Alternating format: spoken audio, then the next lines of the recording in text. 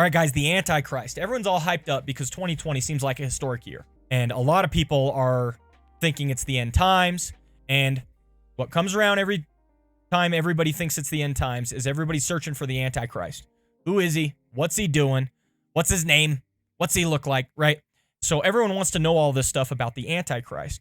And what I wanted to do tonight is give you a treatment on the topic, a high-level treatment that is meant to introduce you to the various approaches to the teaching on the Antichrist. Why would I do this? I don't know who the Antichrist is. I'm going to be honest. I don't know who it is, okay?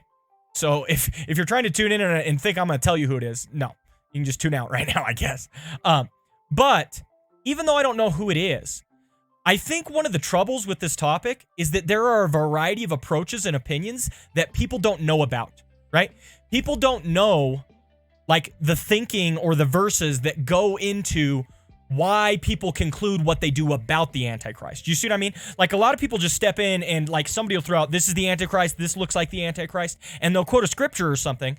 But what's never explained is the presuppositions behind their choice. How they're interpreting the book of Revelation and why that is causing them to conclude the way they are on the Antichrist. So I want to do something a little bit different tonight. I want to give you a broad overview of the various opinions, the three primary approaches to learning who the Antichrist is, and then we're going to assume each opinion is true and decide what should we do in light of it. We're going to talk about the three various opinions, step inside of those opinions, because each one of these could be correct. I'm going to be honest. Each one of them could be correct.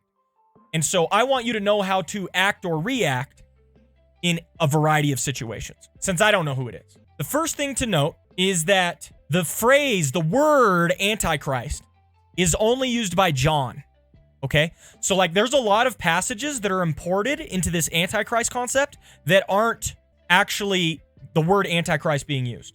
John talks about him in 1st and 2nd John. 1 John 2:18, Dear children, this is the last hour, and as you have heard that the Antichrist is coming, even now many Antichrists have come. This is how we know it's the last hour. Two important things I want you to see in 1 John 2:18. First, they have heard the Antichrist is coming. That's the first thing I want you to see. This is a teaching that evidently was going on in the church, okay? This is a discussion they were having. Somebody else probably told them about the Antichrist as well. John is saying this isn't news to you guys. You know the Antichrist is coming, okay? So this is something they were discussing. Now, why? I believe it's because there is some sort of present or impending threat that he is trying to point out to them, right? There's some sort of present or impending threat he wants them to see. Hey guys, it's the last hour, and you got to be ready because Antichrist is coming, okay? So that's the first thing to know. There's a present and impending threat. They need to be ready. Now, that's not to say that we don't also need to be ready. We probably do too, okay?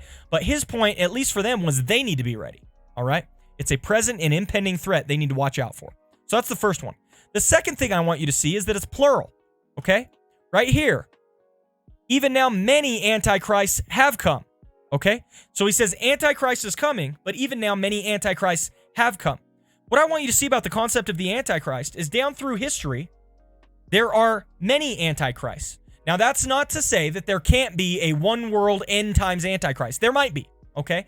But the way John's speaking about it here is that there are many antichrists down through history. And you need to be careful, watch out for them as they come, as they approach, right? So those are the two things I want you to get from that verse, okay? They have heard Antichrist is coming. This is something they're talking about, and it's an impending present threat that they're ready for. And many Antichrists have already come. In every generation, please hear this, guys. In every generation, there are probably multiple Antichrists. Now, that may not be the one world end of times eschatological Antichrist figure, but in any given generation, there are multiple Antichrists. So that's something I want us to recognize. So that's 1 John 2:18. Let's jump down now to verse 22. Who is the liar? It is whoever denies that Jesus is the Christ. Such a person is the Antichrist, denying the Father and the Son. Notice here's an indicator of who the Antichrist is, okay? They have a certain heterodoxy, but this verse says that they deny the Christ, okay? They deny the Christ, i.e. that Jesus is the Christ. So that's something we can watch out for, right? If you're looking for who the Antichrist is, he's likely to be somebody who denies that Jesus is the Christ. That person is the Antichrist. They deny the Father and the Son. Okay, very, very important. Let's look at 1 John 4:3. But every spirit that does not acknowledge Jesus is not from God. This is the spirit of the Antichrist, which you have heard is coming and even now is already in the world. Again, you can see it's kind of this spirit for John. Multiple iterations of the Antichrist. Many Antichrists have come, plural, right? Or the spirit of the Antichrist is here. He's pointing out these various aspects for us that I think is very important to recognize. That's another one. The spirit of the Antichrist denies Jesus is from God. So at very least, you can take these concepts and apply them to your mindset when you're looking for the Antichrist in the future. Finally, 2 John 1:7, guys. I say this because many deceivers who do not acknowledge Jesus Christ as coming in the flesh have gone out into the world. Any such person is the deceiver and the Antichrist. Okay, there you go. So you can see the way John uses the phrase Antichrist is very, very different than this stereotypical end-of-the-world Antichrist that everyone's looking for. John's use of the word Antichrist and him describing the Antichrist is more of a spirit, or many Antichrists have come, and they have certain heterodoxies, and they're present and impending threats that the church needs to watch out for when John is writing. So that is Antichrists in general. So it needs to be understood that down through history, there are multiple Antichrists in that sense. This is even true in the book of Daniel, okay? Daniel 8:23-25. In the latter part of their reign, when rebels have been completely wicked, a fierce-looking king, a master of intrigue, will arise. He will become very strong, but not by his own power. He will cause astounding devastation and will succeed in whatever he does. He will destroy those who are mighty, the holy people. He will cause deceit to prosper, and he will consider himself superior. When they feel secure, he will destroy many and take his stand against the Prince of Princes. Yet he will be destroyed, but not by human power. This is actually a description of Antiochus IV when he destroyed the temple and sacrificed pagan sacrifices in the temple, okay? But he is a type, right? He's an Antichrist that has come down before, That's not to say he's the one and only Antichrist, but he has come down before. Antichrists raise themselves up against God's people and attack God's people, persecute God's people for wanting to follow God, and they try to set up and exalt themselves and their own world system as though they ought to be worshipped. And this is not unique to a single person that will exist at a single point in time. Now, that also may happen, okay? There also might be an eschatological figure at the end who is the final Antichrist, but I want you to know these Antichrists that John is talking about have come down through the ages. So, to answer your question, Vexon, what does the Antichrist do? They set themselves up against God's people, they persecute God's people, and they try to exalt and promote themselves and their own world system. Okay? Very, very good question. The Bible often talks about the Antichrist, and it also, in the book of Revelation, we're going to look at later, talks about the beast. Okay? Antichrist typically looks like people setting themselves up against God from a religious perspective. Okay, that's like an Antichrist. They set themselves up against God from a religious perspective. Daniel and Revelation both talk about beasts that persecute God's people. The beasts that persecute God's people seem to set themselves up not from a religious perspective, but from a political perspective, a governmental perspective. So these are kind of your two-pronged ideas when you're reading through Revelation and Daniel, okay? If you see an Antichrist type figure, it's coming from a religious perspective usually. And if you see a beast type figure, it's usually coming from a political or a governmental perspective. Okay, so those are two things that might help you as well. Now let's look at a key figure that a lot of people are identifying as the Antichrist when they read the Bible. Okay, this is the one who sets himself up in the temple, and he's also identified as the man of lawlessness by Paul. So we're going to look at these two references before we go to the book of Revelation. Let's first of all go to 2 Thessalonians, okay? Here's this figure in 2 Thessalonians chapter 2 that Paul brings up, okay?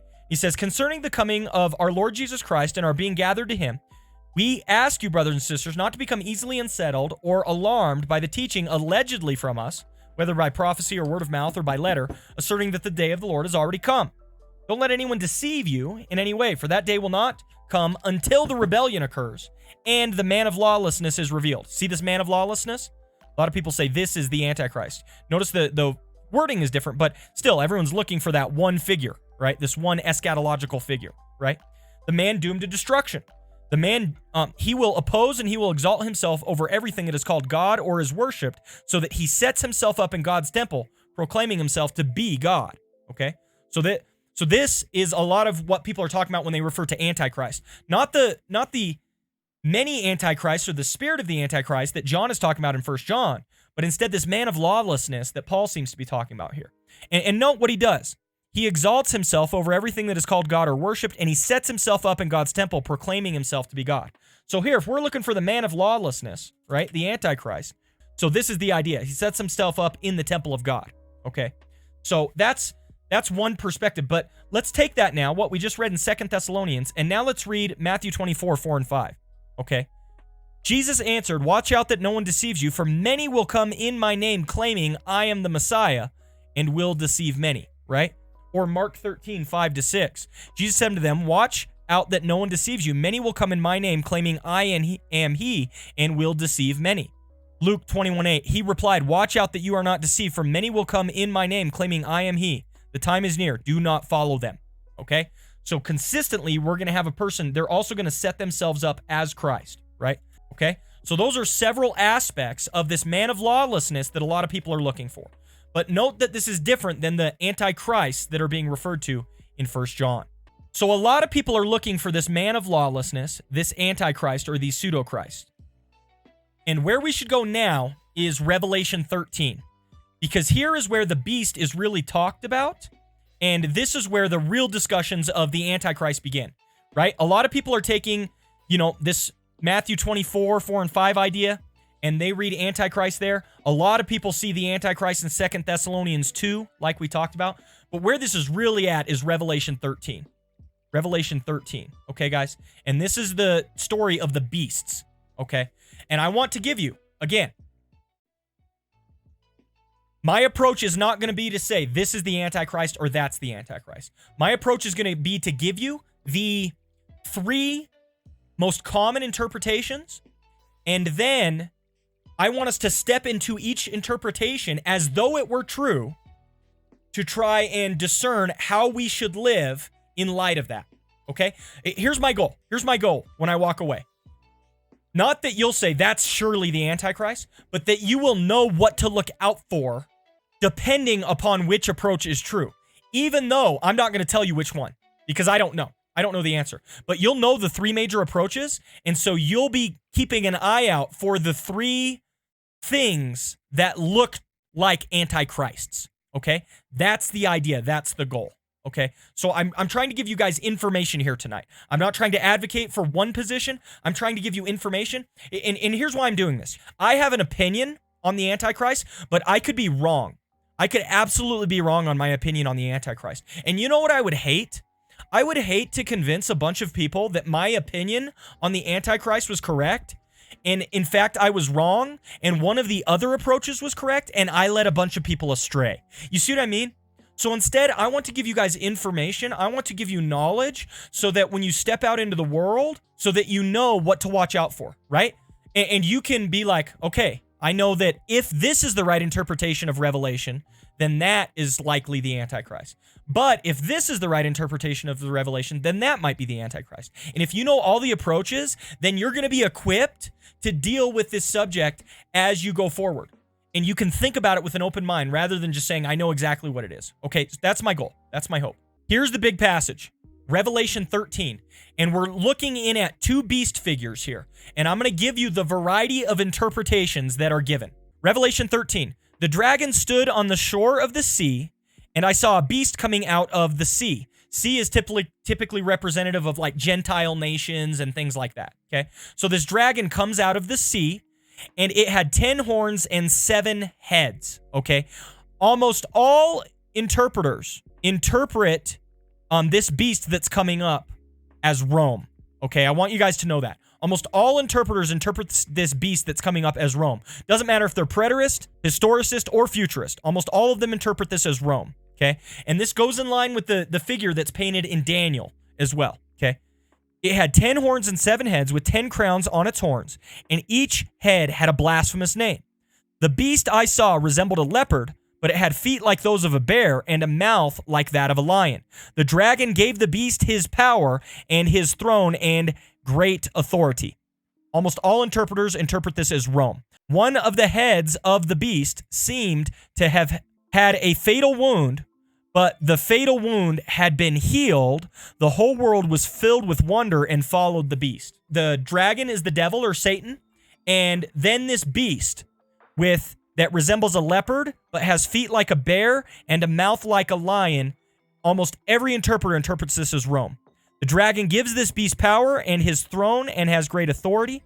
And one of the heads of the beast seemed to receive a fatal wound, but the fatal wound had been healed. So this is often identified as the Antichrist, guys. This beast, okay? This first beast here is often identified as the Antichrist by many interpreters. And one of the keys to identifying the Antichrist is to understand what this fatal wound is, okay? He receives a fatal wound, but it's healed. What is this fatal wound? What does it mean? Vector says, if it's Rome, where do the animal similarities come from? Where's their 7 leaders or something like that? It actually comes from Daniel, okay? If we go back to Daniel, Daniel has the same construction, and it explicitly tells us what it is. Here's a beast in Daniel 7. He gave me this explanation. The fourth beast is a fourth kingdom, okay? So in Daniel, beasts are revealed to Daniel, and their kingdoms. So then we take that same logic, letting the Bible interpret the Bible, we take the same logic. Oh, the beasts in Daniel are kingdoms, and it's told to us that they're kingdoms. Therefore, the beast in Revelation must be a kingdom, okay? That's where the idea comes from. Daniel 7. The fourth beast is a fourth kingdom that will appear on earth. It will be different from all other kingdoms, and it will devour the whole earth, trampling it down and crushing it. The 10 horns are 10 kings who will come from this kingdom. After them, another king will arise. Different from the earlier ones, he will subdue 3 kings. He will speak against the Most High and oppress his holy people and try to change the set times and the laws. The holy people will be delivered into his hands for a time, times, and half a time. Okay? So here you get the interpretation that beasts are kingdoms. And if you get further earlier on, there are 4 beasts. And these kingdoms have mostly been identified by interpreters down through the ages. From 4 great beasts, each different from the others, came up out of the sea. The first beast was like a lion. It had the wings of an eagle.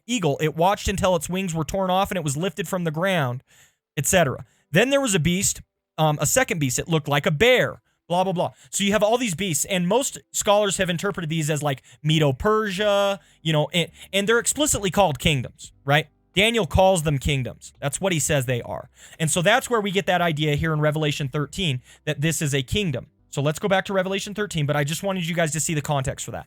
So you get Daniel's similar type of vision here in Revelation. We have a beast, and it resembles a leopard. It has feet like a bear and a mouth like a lion, okay? And it is, again, almost universally interpreted by interpreters as Rome. So we've got to figure out what this fatal wound is, and we've got to understand what this beast is, okay? People worship the dragon because it had given authority to the beast, and they also worship the beast and asked, who is like this beast? Who can wage war against it? The first beast, now here's some more descriptors of the Antichrist. If this first beast is an Antichrist, if he's a type of Antichrist, but of course from a governmental political side, then what does it mean? Well, here's what he does. Here's how he's described. The beast was given a mouth to utter proud words and blasphemies and to exercise its authority for 42 months. It opened its mouth to blaspheme God and to slander his name and in his dwelling place and those who live in heaven. It was given power to wage war against God's holy people. See, look, similar structure as the Antichrists that we have seen before in 1 John. Wage war against God's people. All the inhabitants of the earth will worship the beast. This references something that Psalm 22 was talking about earlier.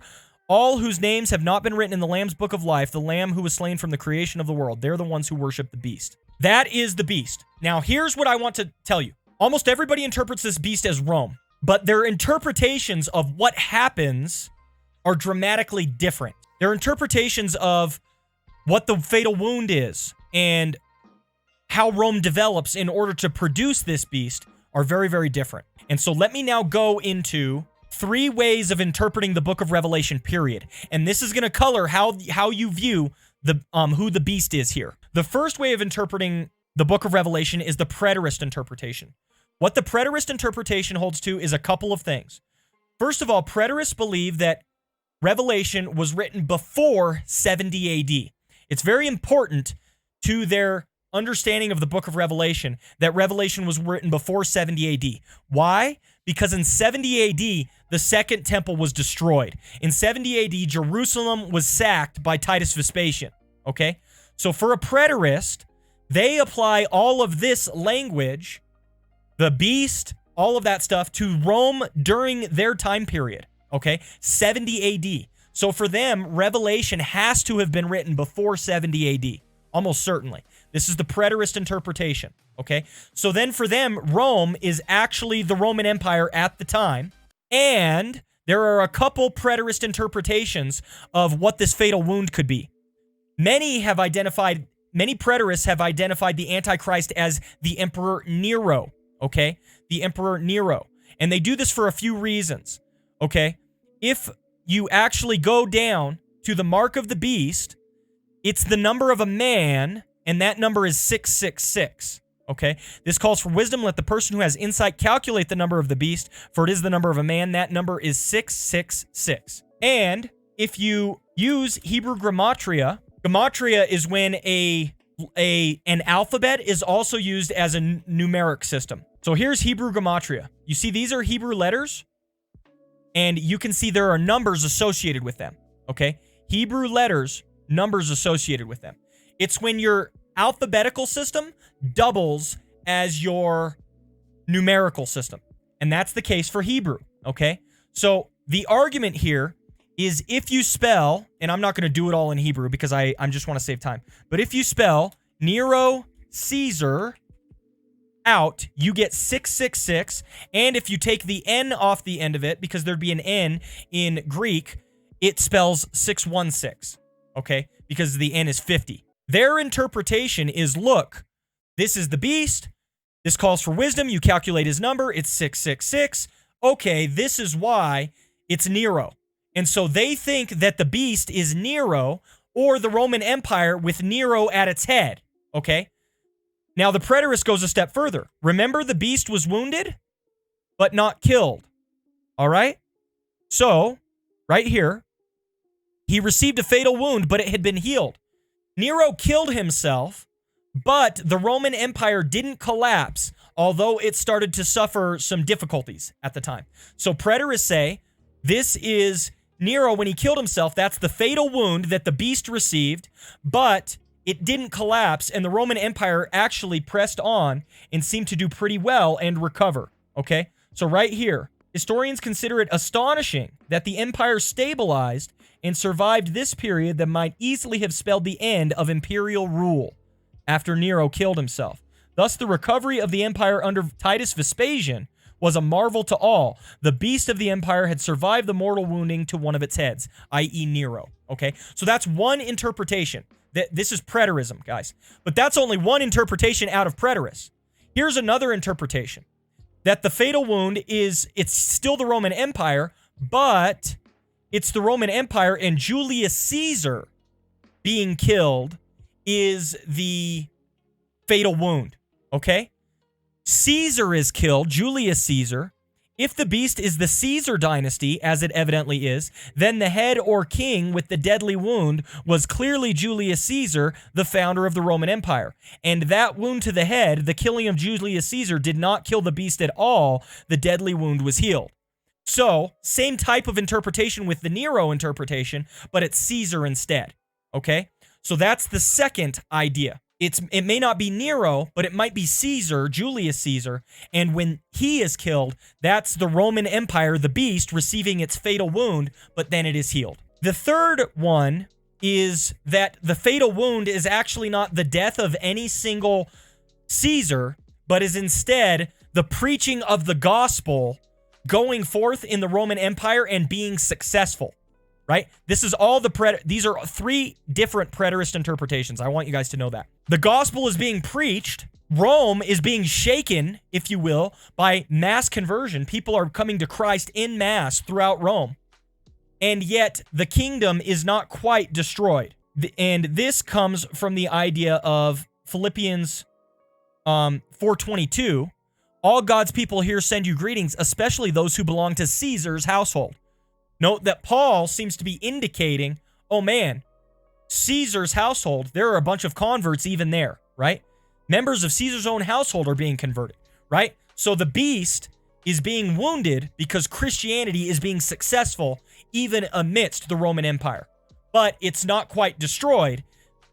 Christianity doesn't completely overtake Rome. It's just very successful against it, okay? So these are all preterist interpretations of how the beast is the Roman Empire at the time and how the head could have been Nero, Julius Caesar, or just the preaching of the gospel being successful. All of these interpretations rely on the book of Revelation being written before AD 70, because that's when AD 70 happens and the second temple is destroyed and Jerusalem is essentially sacked by Titus Vespasian. Okay?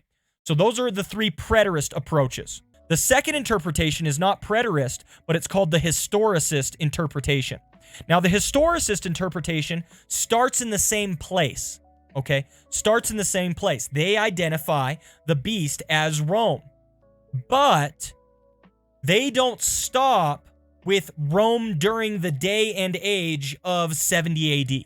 Okay? They move on beyond Rome in the day and age of 70 AD to what Rome developed and flourished into. And this is typically the historicist approach. There are three historicist approaches. I'm going to give you all of them. One historicist view, holds that both beasts represent Rome during its pagan days. Okay, so both beasts, this first beast and the second beast that comes up, represent Rome during its pagan days. And the second beast is a picture of a pagan priesthood. Okay, so it's pagan Rome putting forth all of their pagan ideas, and it's that early Roman time. Okay, but there are two other interpretations. And this is where Rome develops not just from Rome itself, but into the Roman Catholic Church. And two historicist interpretations actually identify the Roman Catholic Church as the beast and the Pope himself as the Antichrist. I want you to know that this was a common interpretation during the Protestant Reformation. Think about the context in which the reformers were living. Martin Luther, John Calvin, etc. They were battling against the Roman Catholic Church for fundamental doctrines like sola scriptura and sola fide. And so they really leaned into this historicist interpretation that it's the Roman Catholic Church. That beast has flourished into the Roman Catholic Church and has formed itself into an antichrist. On this view, the first beast is pagan Rome, and the second beast is the revival of Roman paganism in the form of the papacy. Okay? So you have this first beast, it receives a mortal wound, that's Rome kind of collapsing, but then the Roman Catholic Church carries the tradition of Rome. That is how it goes forward and is promoted from there. So that's one interpretation. The first beast is Rome, the governmental system. The second beast, after the first beast had been received its mortal wound, but then it is revived, the second beast is the Roman Catholic Church, carrying out in the spirit of Rome. Okay? So that's the idea. And again, this interpretation identifies the Antichrist as the Pope because, remember these things? He sets himself up to speak proud blasphemies. He wages war against God and his people. On and on you go. He sets himself as God, even stepping into the temple. And, you know, the Roman pontiff is called the Vicar of Christ, right? Roman priests are often called an alter Christus, right? And so a lot of people, Protestants in particular, love to jump on the bandwagon of attacking the Roman Catholic Church as the Antichrist with the Pope, or as the beast with the Pope as its Antichrist. So this is the historicist interpretation. Third, I want you to know, guys, there's a third view on that, and the third view is that the first beast. I'm just giving you guys all the information. Okay, the third view is that the first beast is the Roman Catholic Church, and the second beast is America. Okay. The second beast is America. This is still a historicist interpretation, okay? The whole world was filled with wonder and followed the beast. The beast receives his mortal wound, and then the second beast comes and revives the first beast. And the second beast is America. Now, the first beast received its mortal wound. That's when the Roman Catholic Church lost its authority in political arenas or spheres. If you guys think about it, the Roman Catholic Church used to be very powerful in the world. It used to be very dominant, and people listened to the Roman Catholic Church and what they had to say. People wanted to know, right? Well, the Roman Catholic Church lost a lot of its political influence at one point in time, and people of the historicist interpretation say that is when the beast received its mortal wound. The fatal wound was when the Roman Catholic Church lost its authority and power, and it is yet to be restored. But it is going to be restored when America comes along and essentially re-energizes the Roman Catholic Church. So that's this interpretation. This is the historicist interpretation. Starts in the same place as preterists, but lands in a different place than preterists, because preterists load all of those events from Revelation into 70 AD, essentially, whereas historicists say, no, we start with Rome in 70 AD, but it proceeds on throughout history and is revived in the Roman Catholic Church. Okay, so again, wanted to give you the historicist background, and that's the other interpretation. I just want you to know that one branch that views the first beast as the Roman Catholic Church and the second beast as America, they believe that the first beast received its mortal wound when Napoleon issued some sort of decree to essentially stop Roman Catholicism from having governmental or political authority. Okay, so there was this decree established by Napoleon, and that took away the civil authority from Rome, and that was the mortal wound. But, says this interpretation, America is going to come and revive the first beast, and they are going to be able to go forward from there. Yeah, there you go. Kivitz got it. Mortal wound is Napoleon. He took up the imperial regalia himself. That's exactly right. That's the interpretation. He took that governmental authority, the beast-like authority, he took it away from the Roman Catholic Church and took it for himself. And since then, it is asserted by this interpretation, the Roman Catholic Church has not had the political influence that it once did, but that political influence will be revived by America. Okay, guys, the third interpretation is what's called the Futurist interpretation. Okay? The Preterists said that the vast majority of the events in the book of Revelation happened in 70 AD. The Historicists said, no, they started in 70 AD and they're continuing on throughout history. They developed into the Holy Roman Empire, and there are still some events left to be fulfilled. The Futurists say that almost none of these events happened in 70 AD. They believe the book of Revelation was written after 70 AD, and they push almost the entirety of the book of Revelation far into the future. Now, here's an interesting thing. They still identify, even Futurists identify, the vast majority of them, this beast as Rome. But it is a spiritual representation of Rome, okay? It may not actually be Rome itself, but it is a governmental system. It is a community. It is a spirit or mindset that mirrors Rome, okay? That the Holy Roman Empire, in a sense, is being reconstituted. Similar idea as Babylon, Mystery Babylon, right? Babylon no longer exists, but there was an atmosphere, there was a society, a mindset behind Babylon that persists, okay? And so that's what the Futurists do. They say, okay, yes, it's Rome, but it's a future governmental system that mimics or imitates Rome in some way, shape, or form. It looks a lot like Rome, okay? And so that's the idea there. Here is where it gets like a little bit tricky, because you have a future kingdom that isn't here yet that is going to be like Rome was. This is where you get a lot in our mindset, our current day and age, where a lot of people are talking about a one world empire, a new world order, that type of thing. That comes from like a futurist type of reading, that the world is going to kind of reconstitute under this one ruler empire type of thing. So a lot of people who promote like a one world empire or something like that have a futurist interpretation of Revelation. This kingdom, all of those things. The other thing to recognize is that this interpretation is also the interpretation that leads to a lot of, we've got to find the Antichrist in our day and age, right?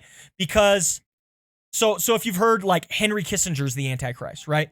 All these different things. Like, these all come from futurist perspectives, because they think all of the events in the book of Revelation are future to come.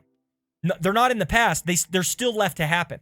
And so that's why if you see anybody speculating the Antichrist, who they are in our day and age, they're almost certainly a futurist, because they think all of these events are happening in our day and age, and they're looking for the future. So, for example, Joachim Fiore in 1135 to 1202, he saw Herod, Nero, Constantine, Muhammad, and Saladin all as different antichrists. There was the Pope Gregory IX saw Frederick II as the beast, right? Pope Innocent IV was declared to be the Antichrist by Frederick's publicists. And on you go. Jean de Rocatilde, sorry, I butchered that, said Ludwig of Bavaria was the Antichrist. Oswald Smith said it was Benito Mussolini. If you find anyone who is like looking for the Antichrist today, who's trying to pick them out, all that stuff, they're coming from a futurist perspective. There you go. Ronald Reagan, Henry Kissinger, Hitler, on and on you go. But again, even if this is the case, remember the characteristics of the Antichrist. This might be correct, but remember the characteristics of the Antichrist. They set themselves up against God and his people. They persecute the people of God. They deny that Jesus is the Christ. And they try to tell everyone to worship and follow the beast, right? So all of those things are true, irrespective of whether or not we can identify the Antichrist or not. I'm going to summarize, and I'm going to try to give some practical advice, whether or not each position is true. Now, I want you to know a lot of Americans and Western Christians are like default futurists, okay? But that has not always been the case down through church history. We have three approaches that land us with three different antichrists. So I want to touch on each one and how you should act, how you should live, if each one is true. The first approach, the Preterist. If Preterism is true, then the Antichrist has essentially already come and gone. Might have been Nero, might have been Julius Caesar, might have been the Roman Empire in general, etc. But those events from 70 AD are mostly fulfilled, and we're not really looking for a current Antichrist. Now, just like we read in 1 John, many Antichrists will come. And so we need to be ready and prepared for that, okay? So if Preterism is true, you should still be looking out for the spirit of the Antichrist, those who are setting themselves up against God's people, those who are trying to, proclaim that you don't need to follow Jesus or anything like that, okay? That if Preterism is true, the Antichrist has already come. We're not looking for that one world figure. So what should you do? You should still be on the lookout, but you should be looking out for religious systems that set themselves up against God and his people, and systems that require you to worship somebody other than God or Jesus Christ. That should be your approach if you're a preterist. If it's the case, in a sense, keep calm, carry on, and keep doing Jesus things.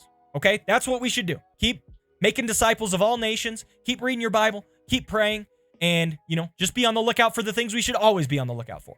If historicism is true, then their approach has been to tie the second beast, or the first beast even, into the Roman Catholic Church. Then what's your approach? You need to keep an eye out for the Roman Catholic Church, right? If historicism is true, okay? So, and especially, right, there's that interpretation of the second beast being America, right? To me, this one's pretty easy to look out for. If the Roman Catholic Church teams up with America and starts a conquest of world domination, right? Then historicism probably is true, and you should watch out. I myself think that the likelihood of that is very unlikely, okay? But if the Roman Catholic Church teams up with America and they start to dominate the entire world, look out, okay?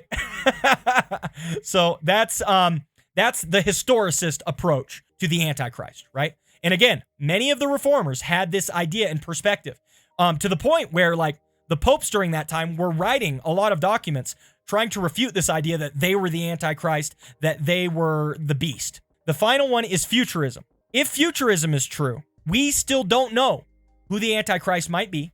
They might have any number of characteristics or perspectives, etc. But what are they going to do? To me, it kind of practically works out similar to the Preterist, right? What are they going to do? They're going to set them up against God and his people.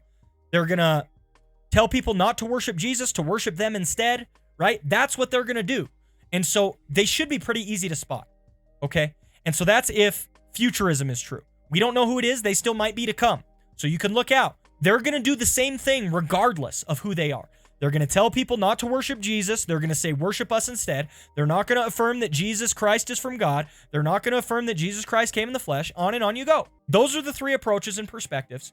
Those are the three things you should be watching out for, depending on which one is true. But the bottom line, I think there's one summary statement that I would like to end us with when it comes to this topic. Don't deny Jesus. Worship Jesus. Worship God. Be on the lookout for people who exalt or glorify and honor themselves. And if you see God's people being persecuted, you know that that's from the Antichrist. That's from the beast. That's from the world. That's from Satan. That's not from God, right? And so, irrespective of which of the three approaches is correct, that's what I want to leave us with, guys. We need to be aligning ourselves with God's people and having a spine and a backbone in standing up for God's people if they're receiving persecution, if they're receiving criticism and that hatred from the world, okay? We need to stand up for Christ, irrespective of who we find ourselves battling against. Hey guys, Pastor Channer here. If you enjoyed that content, would you please consider hitting the like and subscribe button for us? It really helps us out. Also, if you want to check out the description, we've got links to our Twitch and our Discord. Take care. God bless. Bye now.